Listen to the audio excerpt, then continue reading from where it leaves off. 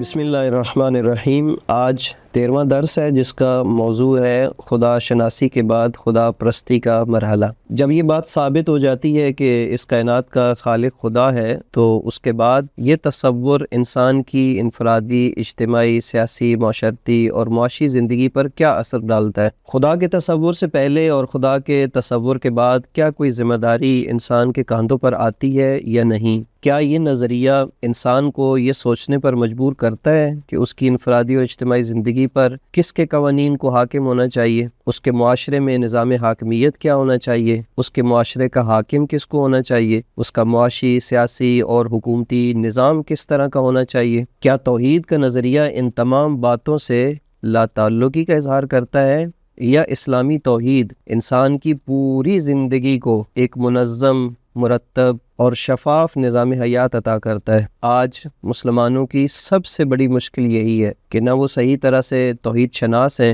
اور نہ ہی توحید پرست۔ جب ان کی خدا شناسی ہی صرف خالقیت تک محدود ہے تو پھر خدا کی ربوبیت کے دائرے میں وہ اپنی زندگی کو غیر خدا اور غیر الہی طاقتوں کے سپرد کر دیتے ہیں۔ پھر ایسے مسلمان کو کوئی فرق نہیں پڑتا کہ اس کے معاشرے کی قیادت، اس کے معاشرے کا نظم و نسق کس قوت، قدرت اور قانون کے ہاتھ میں ہے۔ اس لیے آج کا مسلمان صرف عبادت کے میدان میں اللہ کو اپنا معبود سمجھ کر اس بات سے خوش ہو جاتا ہے کہ میں نماز، روزہ اور حج زکوٰۃ کو انجام دے رہا ہوں، لہٰذا میں بہترین مسلمان بھی ہوں، لیکن اس کی اجتماعی زندگی بڑی طاقتوں کی بندگی سے ابھی آزاد نہیں ہوئی۔ جس توحید کا درس اور سبق قرآن مجید اور رسول اکرم صلی اللہ علیہ وآلہ وسلم نے 1400 سال پہلے دیا، وہاں توحید ایک ذمہ دار نظریہ اور عقیدہ تھا جس کے تحت حقیقی توحید پرست اپنی زندگی میں توحید کے علاوہ کسی قانون، حاکم اور نظام کو تسلیم نہیں کرتا تھا،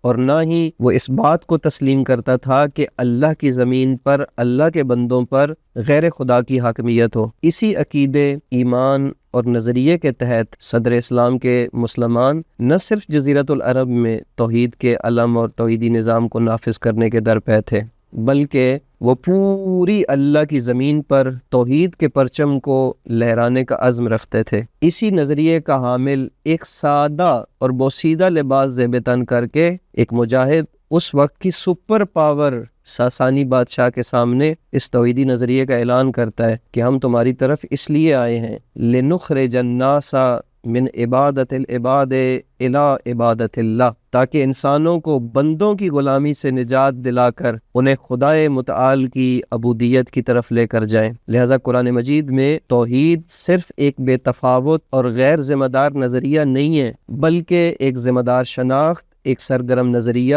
اور ایک ایسا طرز تفکر ہے جو معاشرے کی بنیاد میں، اسے چلانے کی راہیں اور اس کا ہدف معین کرنے میں ایک بنیادی اثر اور تاثیر رکھتا ہے۔ آئیے اپنے آپ سے یہ سوال کریں، کیا میرا اور آپ کا توحید پر ایمان اور عقیدہ ان تمام ذمہ داریوں کے لیے آمادہ اور تیار کرتا ہے یا نہیں؟ اگر نہیں تو پھر یقین جان لیجئے کہ توحید پر ہمارا نظریہ اور عقیدہ وہ نہیں ہے جو قرآن اور رسول اکرم اور ائمہ اہل بیت نے ہمیں سکھایا ہے۔ آئیے قرآن مجید کی آیات کی روشنی میں اپنے اس نظریے کو، اپنی توحیدی فکر کو درست کریں۔ والسلام علیکم ورحمۃ اللہ وبرکاتہ۔